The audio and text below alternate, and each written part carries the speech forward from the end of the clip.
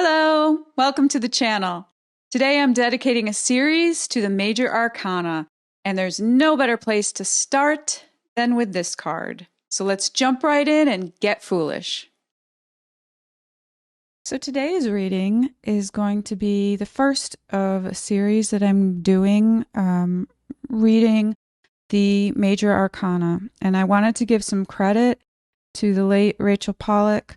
Rachel was a tarot grandmaster. She wrote a number of great books. I've read most of them.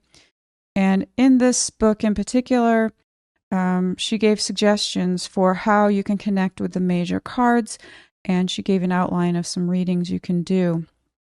So I thought that would be a fun thing to do for the channel. So I just wanted to give credit where credit is due and mention her book, and that she was the inspiration for this set of readings that I'm doing for the channel. And although I'm doing these readings, I did make them my own, so I've changed them up a bit, but I did want to give credit for them. So today we're starting with the Fool. And we see this Fool in this beautiful tunic with a white rose in their hand, and their bag is packed. They are ready for a journey. They're feeling blissful. The sun is shining over their shoulder. They have their dog with them, and they're ready to step off a cliff and take a risk, no matter what the outcome. And sometimes that works out great. Sometimes maybe not. But I think there's all of us have had this time in our life where we have been foolish for the better or for the worse. So we're going to use the Fool card today as a significator. Put him in the center here. We're going to ask him some questions. We're going to ask the tarot some questions related to the Fool. What gives me freedom? How does freedom help me? How can it hurt me? How have I been a fool? And finally, where in my life do I need to be more foolish? So we're going to ask the tarot those questions, and it'll be interesting to see what comes up. So we're going to ask, what gives me freedom? How does freedom help me? How can it hurt me? How have I been a fool? Where in my life should I be more foolish? I'm going to shuffle till I feel like I've shuffled enough. I think we're almost there. Yes. I'm going to split the cards, split the deck into 3 pieces, and then we're going to just connect it back together and ask the cards, what gives me freedom? How does freedom help me? How can it hurt me? How have I been a fool? And finally, where in my life do I need to be more foolish? We're going to leave that for the card at the bottom of the deck. So what gives me freedom? And I hope if you're watching that you were meant to watch this, and I hope this resonates with you. What gives me freedom? Okay, so we have the 5 of Wands, and Wands, the suit of Wands correlates to fire. Fire can represent your ambitions and your desires and your passions. It can also represent creativity. The 5 of Wands represents a conflict. This be not a true fight. I mean, it doesn't look like they're fighting to the death. It's just kind of this, this struggle of ideas, creative ideas. What gives you freedom? The freedom to explore your ideas, even if it may cause conflict in your life. Maybe it's something that you want to try or do that others would not agree with, but if you utilize your freedom, maybe you don't care if you're causing a disagreement or a disruption. This could be just a creative conflict. where you want to do something a specific way and others don't see it that way.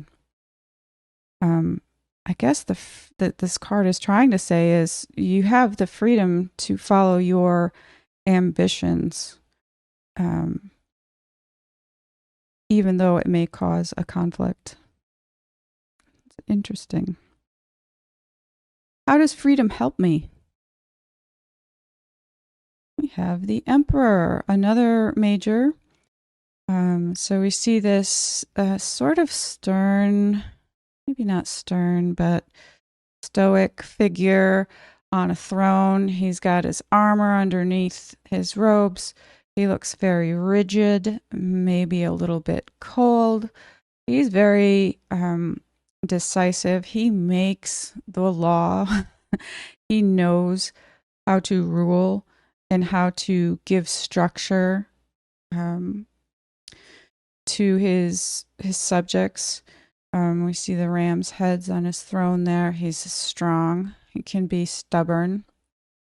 Maybe not a lot of passion, but he does know how to organize and give structure to ideas. So how can freedom help you? That was the question. Freedom can help you by giving you license to be in charge. This figure here is definitely in charge, and he knows how to rule. He's very, very wise and very, very successful. So how can freedom help you? Having the freedom to be confident in your choices and to basically run the show. That's what he's doing. How can freedom hurt you? That was the next card. And we see the Seven of Pentacles. So Pentacles correlates to the earth. It also can represent your focus. Pentacles, coins, you may call them, they can represent your resources, your time, and your talent. And what we see here is kind of a farmer who has planted his time and talent. We see them as seeds. Watch them grow. And he's wondering what seed he should plant next. So how can being a fool hurt me? How can freedom hurt me? We can look at this character as being indecisive. He has the freedom to plant whatever he wants to plant in the ground and focus on whatever he would like to focus on. But if it causes a delay, if it causes indecision, if this freedom causes a position where this person is indecisive and has no direction, and they just kind of get caught up in the, well, this looks good over here. That grew okay. Not sure what to do next. I can do whatever I want, but I'm just going to stand here and think about it because I don't really know what to do next. I mean, we just put this in the context of the question. How can freedom hurt you? The freedom to make a choice can sometimes cause some indecision.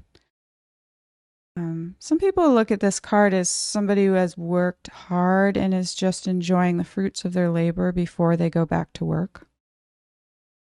So if we look at that definition of the card, I mean, that also fits. Having the freedom to pause before you do the next thing and put yourself back into your work. But in the context of the question, how can it hurt me? I believe it can hurt you in the pause of the moment where you're not making a choice because you can do whatever you want.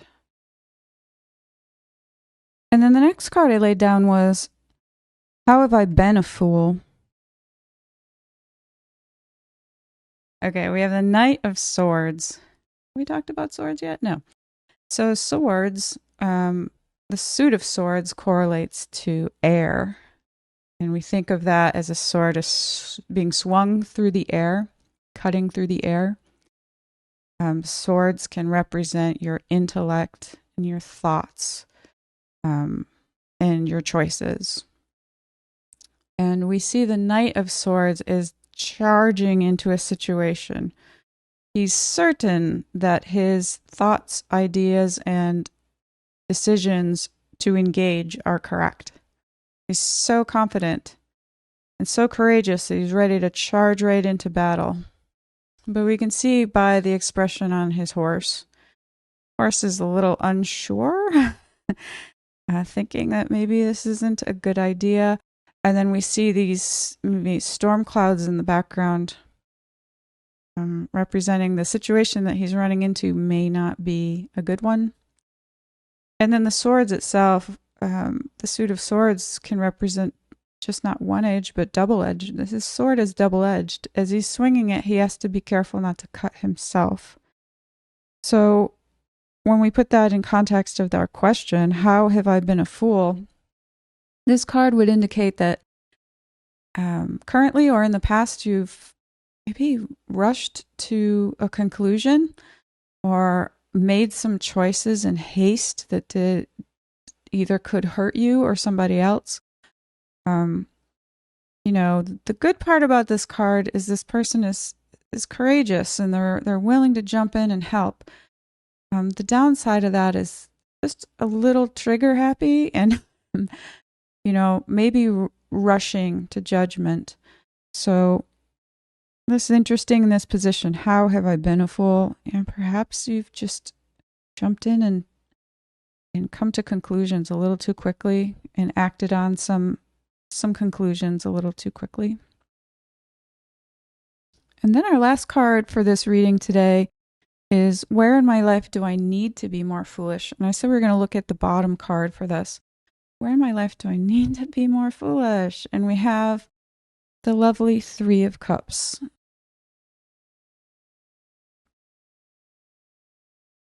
So again, cups correlate to water, their emotion, and we see this beautiful joining of family and friends dancing, perhaps at a harvest festival. And this is about just spending quality time with friends and having a good celebration. We're talking about this card position. Where in my life do I need to be more foolish? Maybe you need to let your hair down a little bit and really experience the little joys that life brings. Like if we do think this card is at the end of the harvest, we're saying, hey, at the end of the work, when the work is finished and complete and it's been done well, it's okay to have a celebration and really enjoy others' company, and really take that in. This has been a very interesting reading today, and thank you for joining. If you like today's reading and you would like to see more of these, please like and subscribe. Or if you have an idea for a reading that you would like me to do, please comment below and maybe you'll see it in the future on this channel. Thank you very much. I hope to see you soon.